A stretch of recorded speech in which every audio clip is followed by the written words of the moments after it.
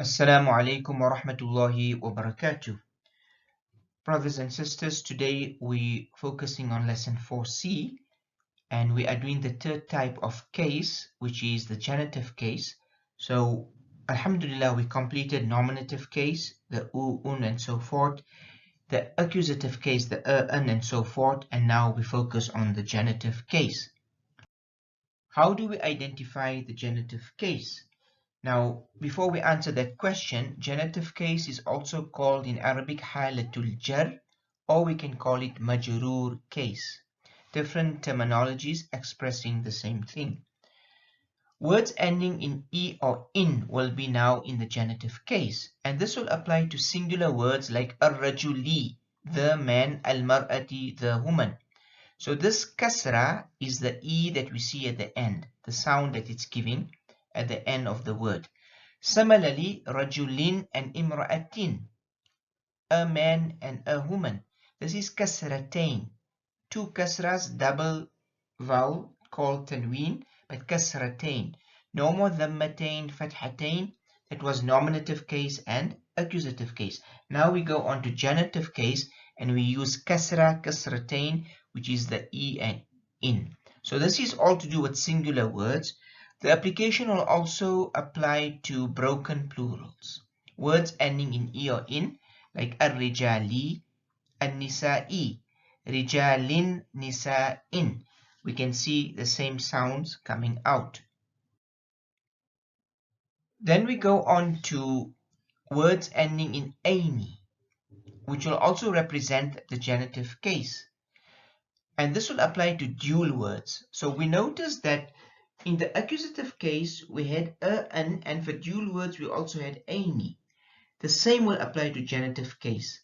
It's one sound, aini, and it's been applied to two cases for dual words. Rajulaini will be dual but genitive case. Imra'ataini, two women, dual genitive case. The question then would be, if you have one sound and it's applied for two cases, how will you know which case is it in the Quran? So the answer to that question is the context would then determine the case. Wherever you find the Quranic word, and as you do more lessons, you'll understand it better. Moving on with genitive case, words ending in ina. So that side we had una and then we had ina also in the accusative case for unbroken plurals, masculine. Mu'minina, many male believers. The same will apply for genitive case. So just like how dual case is same for accusative and genitive, it will be the same for unbroken plurals in the masculine form. For both accusative and genitive, it takes the ina ending sound. Words ending in atin.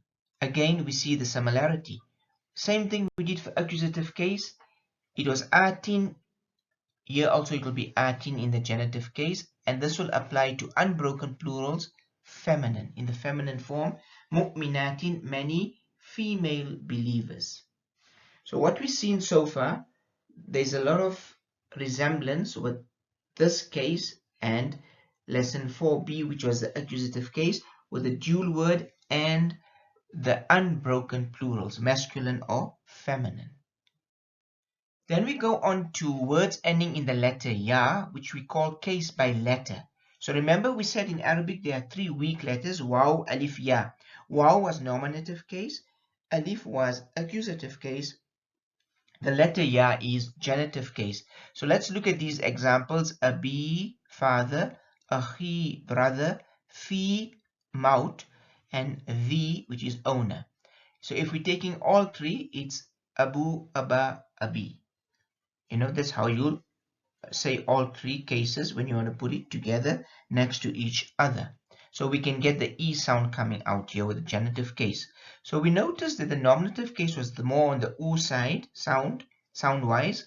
Accusative was more on the sound, and genitive is more on the E side, of it, sound. So that is how I would say that is the easiest way, one of the easiest way of trying to remember the difference between these cases, especially for certain words like singular, broken plurals, and the case by letter. So to sum up the genitive case, number 1, words ending in E or in. Number 2, words ending in aini for dual words.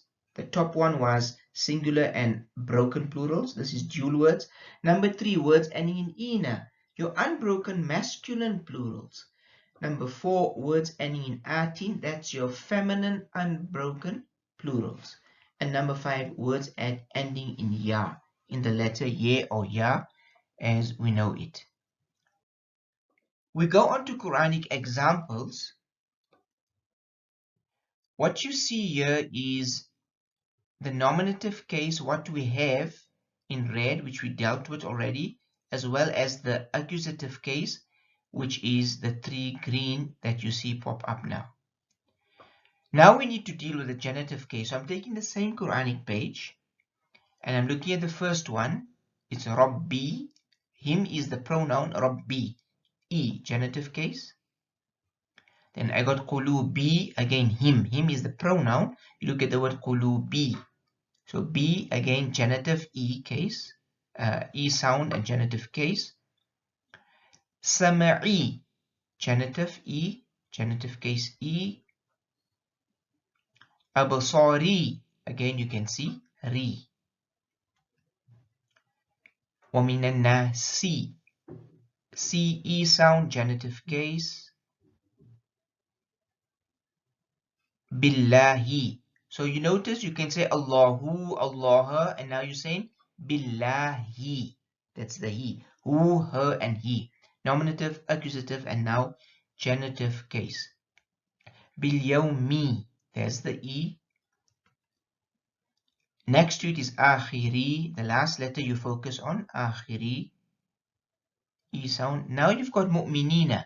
Now this is Mu'minina. Now we said Ina can be accusative or genitive. The context would determine that. Because I know this be is a preposition and prepositions render the Arabic word into the genitive case. That's how I can identify this to be in the genitive case. But this is a concept or a lesson that you will learn in the near future. Prepositions coming with words.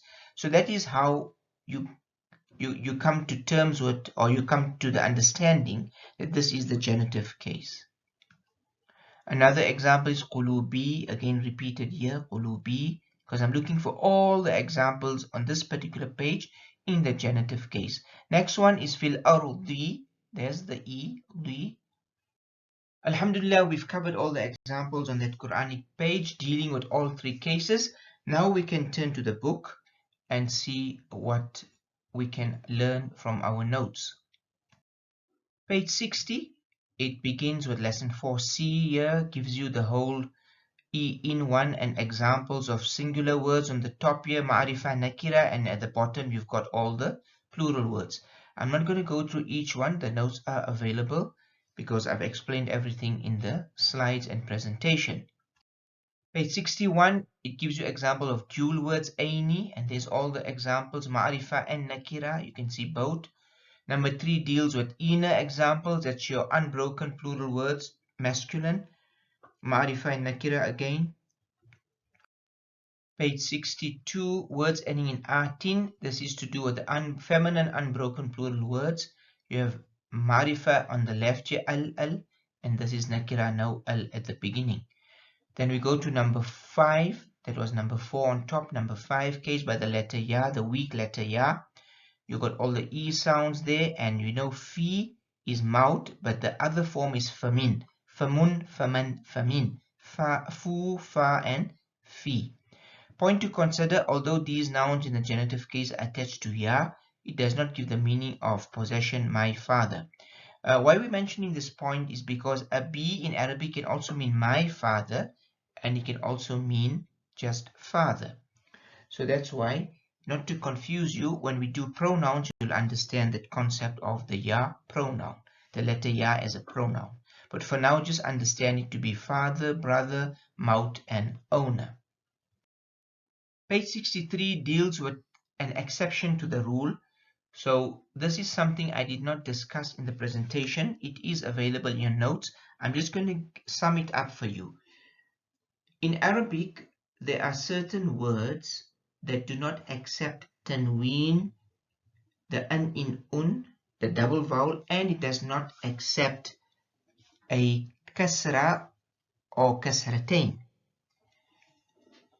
That's an exception to the general rule. So generally all words accept everything, but there are some words that don't accept tanween and kasra or kasratain. Now, if the word is not accepting the tanween, then obviously you give it a single vowel because it's not accepting the double vowel. But what do you do when it cannot accept the kasra or kasratain? So all you do, you substitute it with a fatha or fathatain. So you will see it as fatha or fathatain, but yet it will be treated to be in the genitive case. So let's take an example, and this will apply to all names of females and some names of males, not all. So for example, you take names of females. Fatima, Aisha. They don't accept tanween and they don't accept kasra or kasratain. You take a word Muhammad accepts tanween and kasra kasratain, but Ahmad does not accept tanween, neither does it accept kasra or kasratain. So as you learn these examples that are in the Quran, you will then understand it and try and remember it. So let's look at the word ishaqu, nominative case. Ishaq is accusative.